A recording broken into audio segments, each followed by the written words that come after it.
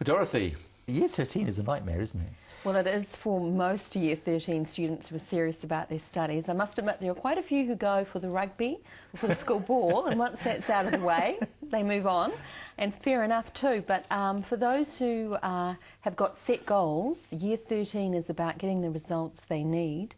And a lot of the kids in the book that I interviewed, Year 10, Year 11, really weren't quite sure what they wanted. They weren't achieving at that particularly high level. And then suddenly there was a goal that came in mind, and they realised in order to achieve it, they had to do something about their marks, and they've come up with strategies that worked for them. Admittedly, it is for kids who probably are looking at tertiary institutes after that, and that's where Year 13 and academic achievement becomes an important factor in their lives.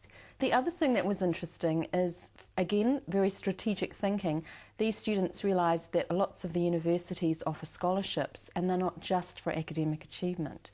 They are for kids who are seen to be well-rounded, and so that if you are seen to be involved in drama and music and sports, you've actually got a very good chance of getting into a good university and getting a scholarship, even though your academic results might, not be at that very top level.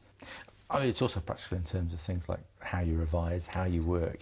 I was really interested, you talk about repetition, and I thought that was sort of old-fashioned. I thought the old idea of learning stuff by rote. Times table. Yeah, all that. I thought nowadays we had to do it by feel. Yeah, well, I mean, I think it comes down to there are some basic things that you're only ever going to learn by rote. It's like spelling, it's like, you sort of just got to suck it up, do it, get that out of the way so you can move to the next step. Some interesting concepts of how you learn, though. Some of the girls just love colour coding, so they'd go through all their notes and they'd have, That's so orange. girly. Yeah, it was amazing. Or they'd write charts and summarise things and put it on their walls. Some of the boys they said that they memorised things by saying them out loud and throwing a ball in the air, and it was like the very kinetic way of learning, and that's how it would sink in for them. Another of the students said, well, if you know something, you don't actually have to learn it because you know it. And it was when you know it and you love it, it's easy. Yeah. And you just have to be careful in what you choose to study. You talk about procrastination, yes. Which, my trouble was that I would spend all my time colouring in my exam timetable, thinking, right, I need to do, that's blue and that's green. Oh, look, I've got run out of time altogether.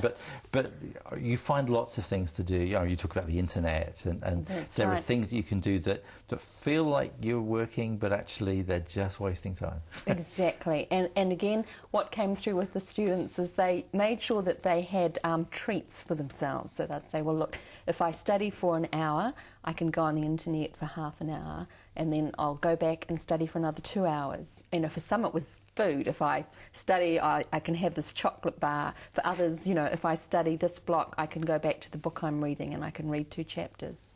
So it was whatever motivated them to keep on going, they found, and that's what worked for them. And all of the students I interviewed, they did have someone in their lives who was supportive, even if it wasn't a parent.